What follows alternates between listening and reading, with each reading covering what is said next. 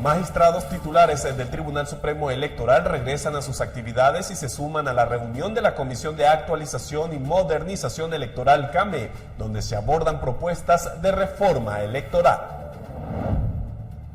Presidente Arévalo se compromete con la construcción del metro en Guatemala, primeras fases previstas para el 2027 en alianza público-privada.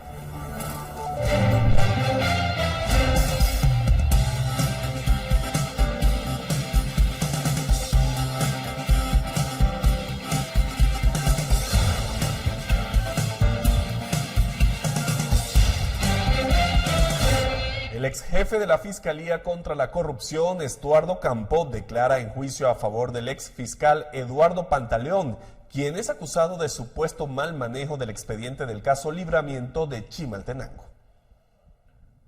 El ex jefe de la Fiscalía contra la Corrupción, Estuardo Campo, defiende al ex fiscal Eduardo Pantaleón, quien enfrenta juicio por supuestamente esconder pruebas en el caso de Libramiento de Chimaltenango, que implica al exministro de Comunicaciones, José Luis Benito. De ser jefe de 3 fiscalías y jefe regional, y a mí muchas personas me decían, no, yo trabajo de 8 a 4, porque de 8 a 4 es que nos pagan acá.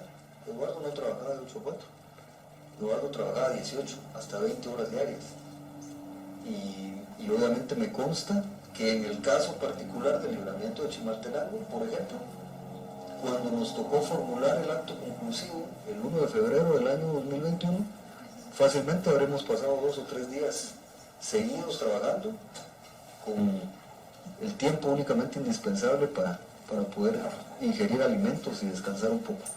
Es decir, el compromiso de Eduardo siempre fue absoluto en la lucha contra la corrupción. No era un compromiso conmigo, no era un compromiso con ninguna otra persona, era un compromiso con su trabajo, porque él, como reitero, siempre fue muy responsable y muy dedicado en las investigaciones que le eran asignadas, y en la medida que se iban obteniendo excelentes resultados, obviamente él iba generando también esa información estadística que a él le permitía aprobar siempre sus evaluaciones de desempeño con los más altos puntajes. Pantaleón es acusado por los delitos de incumplimiento de deberes y obstaculización a la acción penal. Esto por supuesto mal manejo del expediente en el caso Libramiento de Chimaltenango.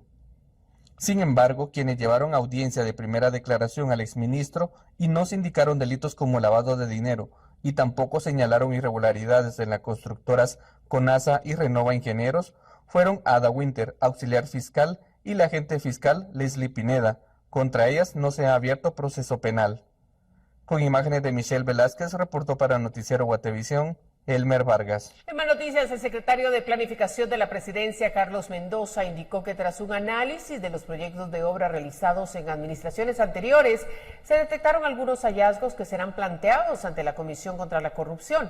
Según Mendoza, algunas de estas alertas tienen que ver con la Administración General de la Secretaría y otras con la aprobación de proyectos elaborados.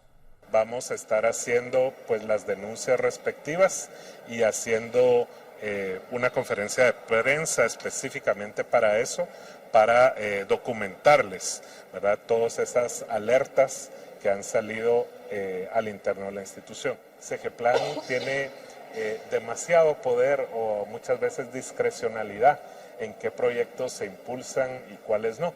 Y eso pues ha hecho vulnerable a la Secretaría y a algunos de sus funcionarios, no solo a determinadas presiones políticas en el Congreso, con los alcaldes o con los gobernadores.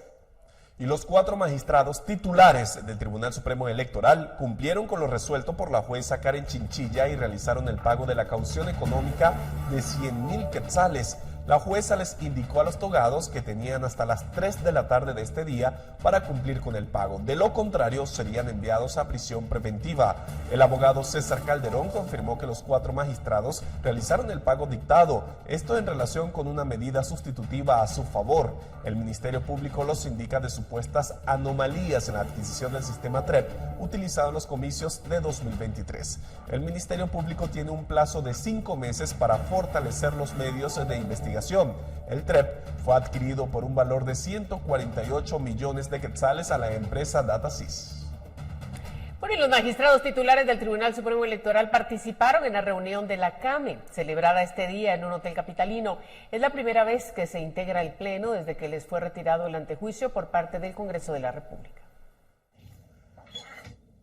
Los magistrados Irma Palencia, Ranulfo Rojas, Gabriel Aguilera y Maynor Custodio Franco participaron este día en la reunión de la Comisión de Actualización y Modernización Electoral, CAME. El pleno se reintegró luego de que los togados regresaran al país y se presentaran ante un juzgado donde el Ministerio Público los acusa de supuestas anomalías en la adquisición del TREP. Por supuesto que hay voces en el sentido que usted menciona, y yo creo que ya la magistrada presidente lleva un importante avance sobre recopilar todas esas voces, no solo recopilarlas, clasificarlas, analizarlas, es un trabajo muy fuerte.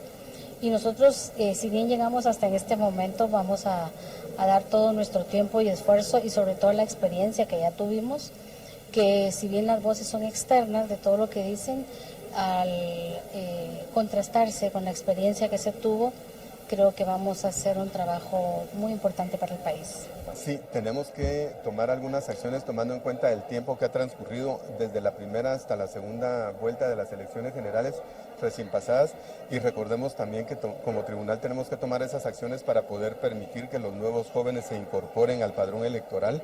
Y bueno, tenemos que ver algunas circunstancias que tenemos que tomar en cuenta para la reactivación, como que determinar la situación en la que están, por ejemplo, las cajas electorales que en un momento fueron o son evidencia para el Ministerio Público, la forma de cómo activamos el padrón. Vamos a hacer esos análisis que seguramente en este tiempo que nosotros hemos estado ausentes han habido algunas discusiones en relación a ello, y nos vamos a imponer también de cómo está la situación para poder permitir que la población se incorpore al padrón electoral y que pueda ejercer su derecho cívico y político de empadronarse y posteriormente su derecho del voto, ¿verdad? En la CAME participan representantes de partidos políticos y de la sociedad civil, donde se proponen algunas reformas a la ley electoral y de partidos políticos. Con información de Douglas Cuevas e imágenes de Eric Ávila, reportó para Noticiero Guatevisión, Elmer Vargas. Y la Junta Directiva del Congreso de la República llevó a cabo al menos 28 cambios en las direcciones del organismo legislativo, poniendo a disposición a varios jefes y nombrando a nuevas personas. Pero ¿de quiénes se trata? En la siguiente nota le contamos las más relevantes. El pasado 4 de marzo, la Junta Directiva del Congreso acordó hacer diversos movimientos en cuanto a las jefaturas de las direcciones del organismo legislativo, donde había personal de confianza de las anteriores legislaturas. El 11 de marzo pasado se avalaron y varios cargos fueron puestos a disposición para generar incidentes y así que un juez autorice sus destituciones derivado de que el Congreso se encuentre emplazado. Entre los principales cambios está el de Jean Camilo de Dios Rivera, hermano del ex viceministro de Gobernación y prófugo de la Justicia, Camilo Rivera. Él ocupaba un cargo como encargado del despacho de la Dirección General y se decidió trasladarlo como asistente mientras finaliza su contrato este mes. En su lugar fue nombrada Cecia Esterralda. Otro movimiento que se dio fue en cuanto a la seguridad, ya que se revocó el nombramiento de Jorge Jiménez, quien era el encargado de la Guardia Parlamentaria del Congreso. Jiménez fue secretario de la SAAS en el gobierno del expresidente Jimmy Morales y fue destituido para que fuera investigado por un supuesto caso de espionaje. La Junta Directiva nombró en su lugar a Eric Tórtola, quien compartió filas en la PNC con el presidente del Congreso, Nery Ramos, y esto tomando en cuenta que Tórtola fue jefe de Dicetur. Mientras tanto, Jiménez fue trasladado como asistente de la Guardia Parlamentaria hasta que termine su contrato a finales de marzo. Otra modificación que se hizo fue la de ver Juan Carlos Mejía, hermano del ex viceministro de Comunicaciones de la época de Alejandro Sinibaldi, Rubén Mejía. Este era el encargado del despacho de la Dirección de Recursos Humanos y su cargo fue puesto a disposición para iniciar un proceso para que un juez autorice la finalización de la relación laboral con el Congreso. La Junta Directiva también decidió no prorrogar el nombramiento de Manuel Alejandro Barquín Aguilar, hijo del exdiputado del líder Manuel de Jesús Barquín. Él era el encargado del despacho de la Dirección de Asuntos Jurídicos del Congreso y fue trasladado como asistente de la unidad, lugar que ocupaba antes de encargarse del despacho. En su lugar fue nombrado Dunbar Manuel Harris Mengíbar, quien fue candidato a diputado con el Partido Azul. Según las normas del Congreso, los trabajadores que son puestos a disposición y permanecen sin ser ubicados dentro de las unidades o comisiones por más de 2 meses deben ser destituidos. Para Noticiero Guatevisión, Henry Montenegro. Vamos a otras noticias porque desde antes de asumir el cargo, el presidente Arévalo se comprometió con la construcción del metro en Guatemala. El visionario proyecto propone tener la primera fase lista en el 2027.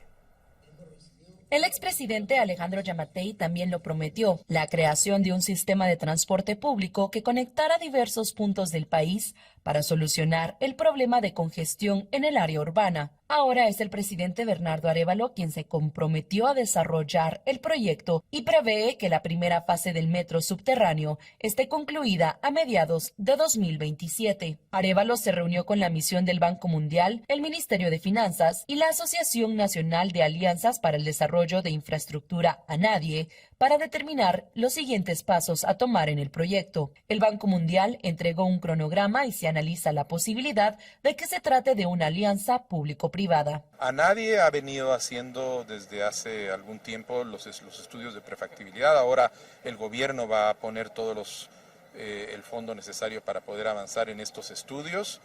El Banco Mundial es el asesor técnico y también va a ser el asesor para poder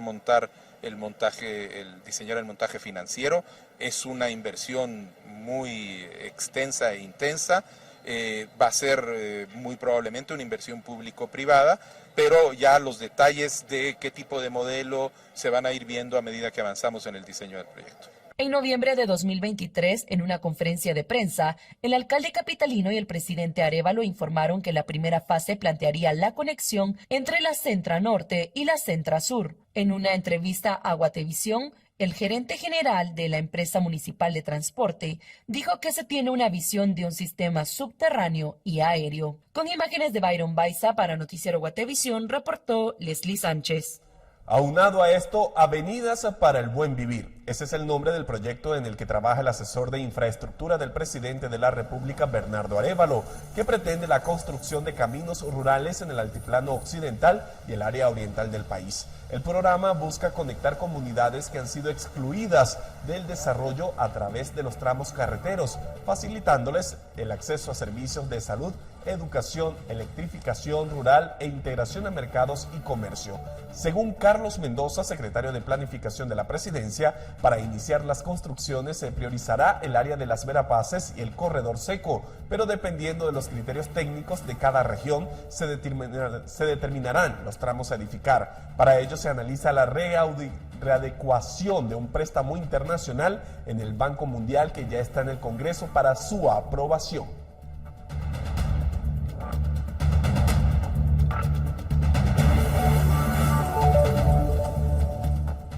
Bueno, vamos a cambiar de tema porque Guatemala celebró el aniversario del pontificado del Papa Francisco con una misa. En la ceremonia estuvo presente el binomio presidencial, quienes expresaron su intención de invitar al pontífice a visitar Guatemala. En Guatemala y en todo el mundo se celebraron los 11 años de pontificado del Papa Francisco, proveniente de Argentina. Con una misa en la Catedral Metropolitana, los obispos recordaron la responsabilidad social que tienen los líderes religiosos y políticos en las regiones. En la ceremonia participaron el presidente Bernardo Arévalo, la vicepresidenta Karin Herrera, el presidente del organismo judicial Óscar Cruz Oliva y la magistrada de la Corte de Constitucionalidad Dina Ochoa. Y que también su voz sea escuchada en los ámbitos internacionales, políticos, sociales, puesto que lo que busca es el servicio a la unidad en la Iglesia, a la unidad entre las religiones y a la unidad en el mundo entero. Invitarlos a que se tomaran un poco de su tiempo y pudieran leer las últimas catequesis que el Papa Francisco ha escrito sobre los vicios. Creo que les podría ayudar mucho para su vida personal y sobre todo para llevar adelante la gran responsabilidad que ustedes tienen. Al finalizar, El presidente Arévalo se refirió a la gestión que ha tenido el sumo pontífice y dejó ver la posibilidad de extender una invitación formal al Vaticano para que visite Guatemala. A Francisco lo conocemos en sus actos y en sus palabras, y son actos y palabras que nos hablan de un Papa justo y de un Papa humano. Más información, los casos de Guillain-Barré en Guatemala han disminuido ligeramente. Sin embargo, el Ministerio de Salud aún no ha determinado la causa del aumento inusual.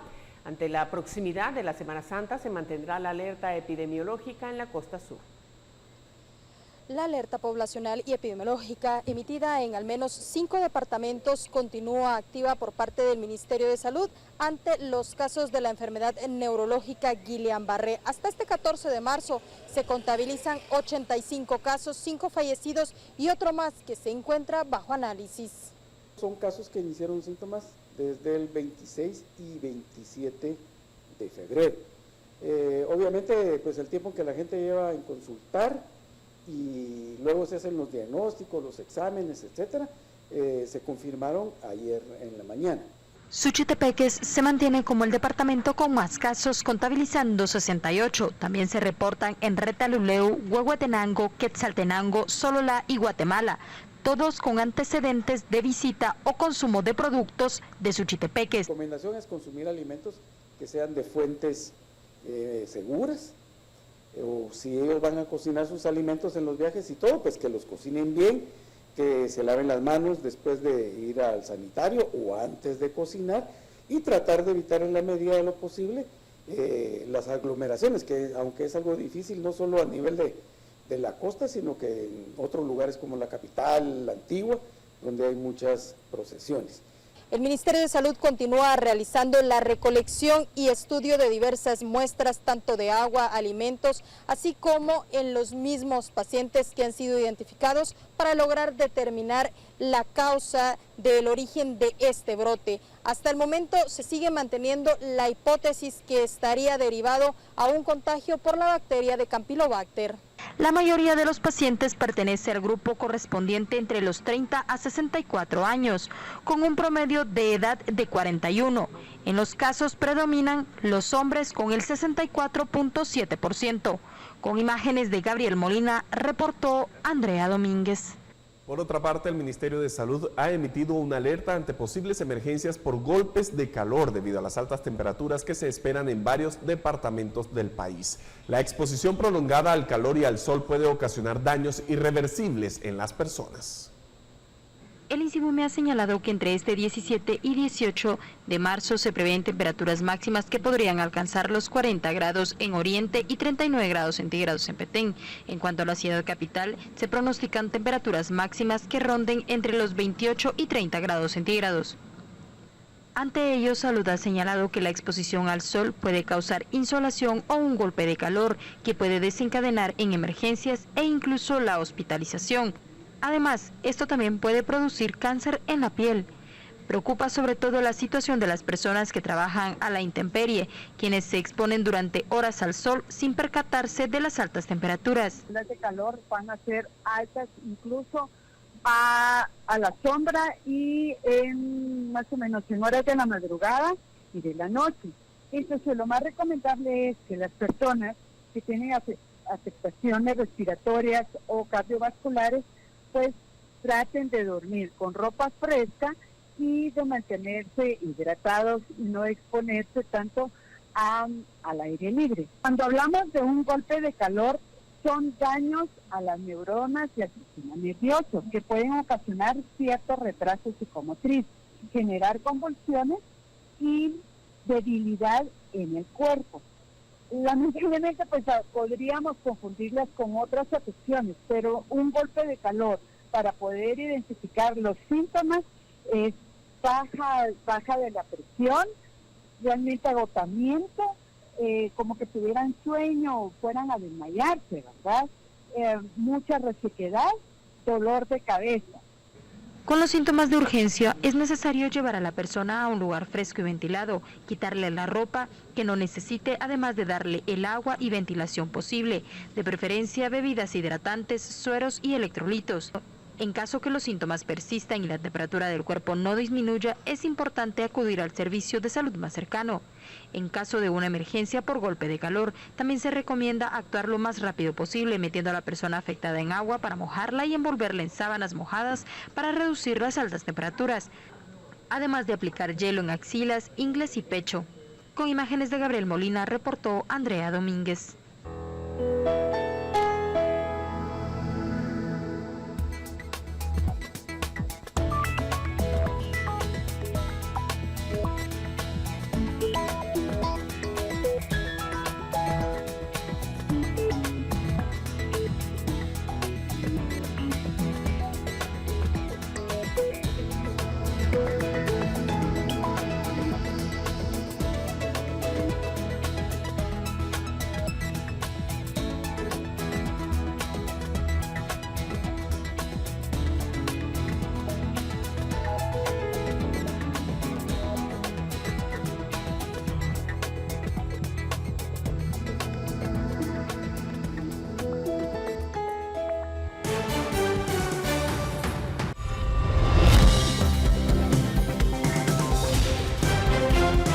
Agradecemos todos los mensajes que usted envía a través de nuestro sistema de Guate Reporta. Y mire, Engile Abraham Girón Gom nos compartió información del enfrentamiento verbal que se registró la tarde de este viernes entre vendedores informales y autoridades municipales de Santa Cruz del Quiché.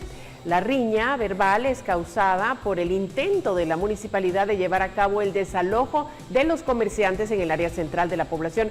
Por su parte, los vendedores amenazaron a las autoridades de que retomarán sus puestos de venta, ya que la municipalidad no les ofrece ninguna alternativa para que estas personas puedan seguir trabajando para ganarse el sustento y así sacar adelante a sus familias.